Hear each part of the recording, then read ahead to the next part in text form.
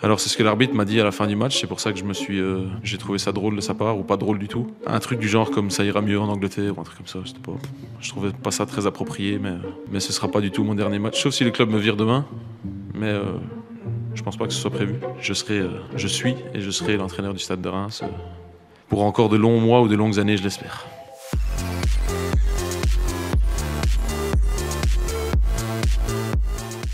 Hello à tous, ravi de vous retrouver dans la quotidienne. Les rumeurs d'un départ de Will Steele ou même des répercussions sur le terrain, oui. Après la défaite de Reims 2-0 à Lens, l'arbitre François Le Texier aurait souhaité bonne chance au coach rémois pour sa probable nouvelle aventure. Mais c'est pas passé, le technicien a tenu à remettre les choses dans leur contexte. Reims et lui, c'est pour la vie, ou presque. Je vais pas m'arrêter tant qu'on me dira pas d'arrêter, ou tant que vous m'envoyez pas quelque part dans un autre club.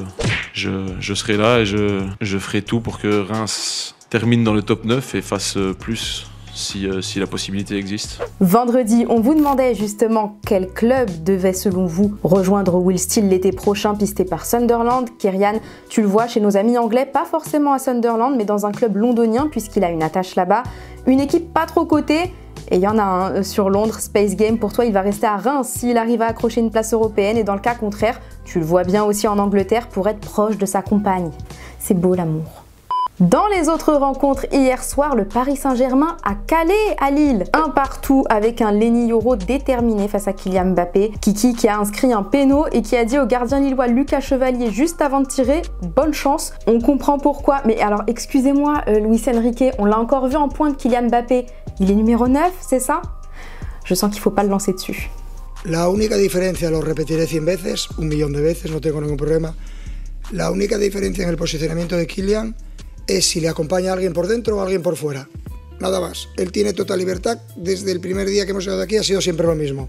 Si vosotros creéis que por preguntármelo 100 millones de veces voy a contestar algo diferente, no, porque como no es verdad, no lo voy a contestar así. Bon allez, on oublie la Ligue 1, coach, parce qu'il y avait le tirage au sort des huitièmes de finale de la Ligue des Champions. Paris s'en sort plutôt pas mal avec la Real Sociedad. Damari Traoré, dites-nous ce que vous en pensez. En tout cas, le président de la Real Sociedad a réagi. Lui, il n'en pense pas moins. Peut-être que le PSG aura plus de pression car ils sont favoris. Il refile la patate chaude aux Parisiens et Nasser El Khelaifi, lui, s'est montré tout autant optimiste. La Real Sociedad est un club fantastique que nous respectons beaucoup. Ils ont une équipe formidable qui a terminé première du groupe et un grand président qui fait un travail fantastique. Nous attendons avec impatience les matchs de Paris Saint-Germain et de Saint-Sébastien qui seront de grands moments. Pour le reste des affiches de ces huitièmes de finale, voilà ce que ça donne. Pour le Real, ce sera Leipzig, mais les Madrilènes sont déter, notamment avec Jude Bellingham qui a encore frappé lors du succès 4-1 face à Villarreal. Le gars est impliqué sur 15 buts en autant de rencontres en Liga, il marche sur l'eau et hier dans Téléfoot, Yacine Faoui est revenu sur les débuts tonitruants de l'anglais au Real. C'est à retrouver bien sûr sur MyTF1. Il a eu la chance de le rencontrer en Allemagne et l'ami Jude nous a parlé d'une légende qu'il aime beaucoup et que vous connaissez très bien. Extrait. Zidane a été l'un des meilleurs milieux de terrain de tous les temps. Je regarde des compiles de lui, j'ai eu le plaisir de le rencontrer. C'est quelqu'un que j'admire beaucoup et je marche sur ses traces en portant son numéro. Bon, moins bonne nouvelle pour le Real Madrid, c'est la blessure de David Alaba. Les calculs ne sont pas bons, rupture du ligament croisé antérieur du genou et fin de saison dans la foulée pour l'Autrichien à 6 mois de l'Euro. C'est le troisième joueur qui se fait les croisés en 4 mois après Thibaut Courtois et Eder Militão, jamais 203. Va falloir recruter derrière, quoique.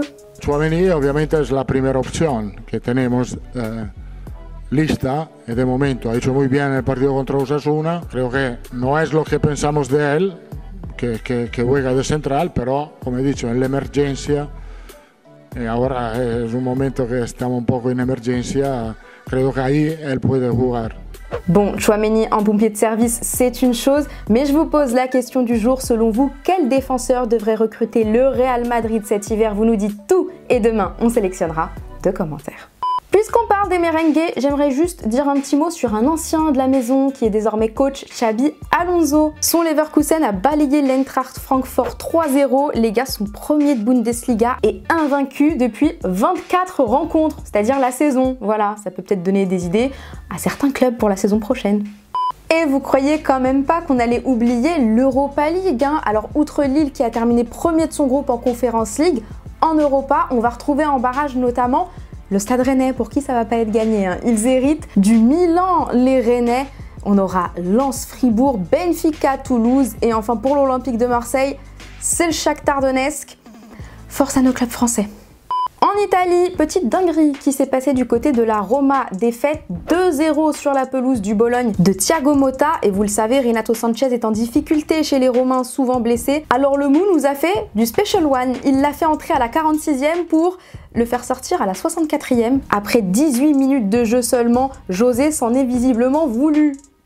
Sortez les mouchoirs.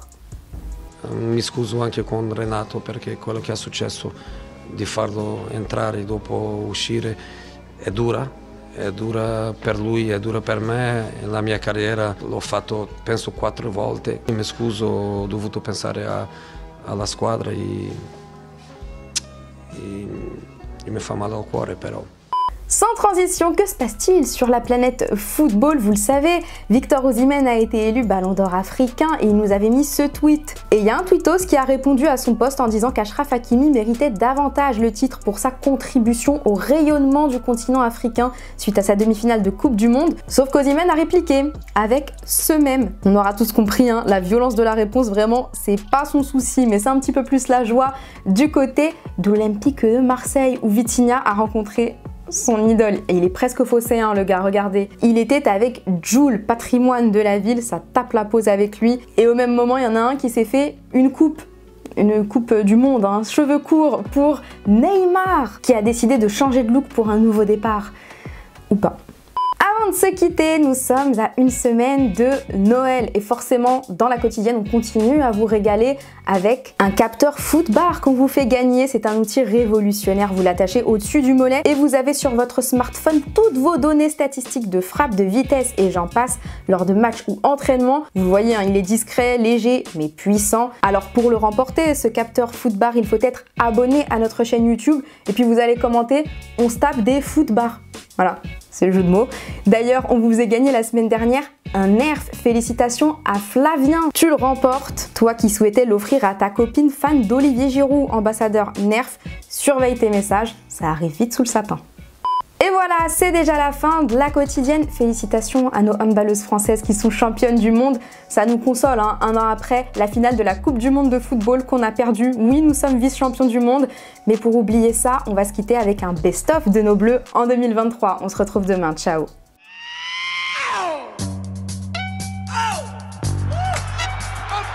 Des buts, beaucoup de buts.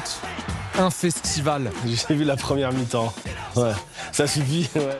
Lors du dernier rassemblement de l'année, les Bleus ont offert à leur public un record. La plus large victoire de leur histoire. C'était un cadeau pour les supporters, c'était un cadeau pour les téléspectateurs qui regardaient ce match-là. 14-0, un match historique face à une équipe de Gibraltar dépassée. Si tu peux te mettre 14 buts, eh bien, vas-y, mets-les. Je pense que l'équipe de France a justement montré du respect en jouant à fond. Tous se sont fait plaisir dans ce match de gala, en guise de rideau sur 2023 pour les Bleus devant leur public. Place à la suite, désormais, rendez-vous est pris pour 2024.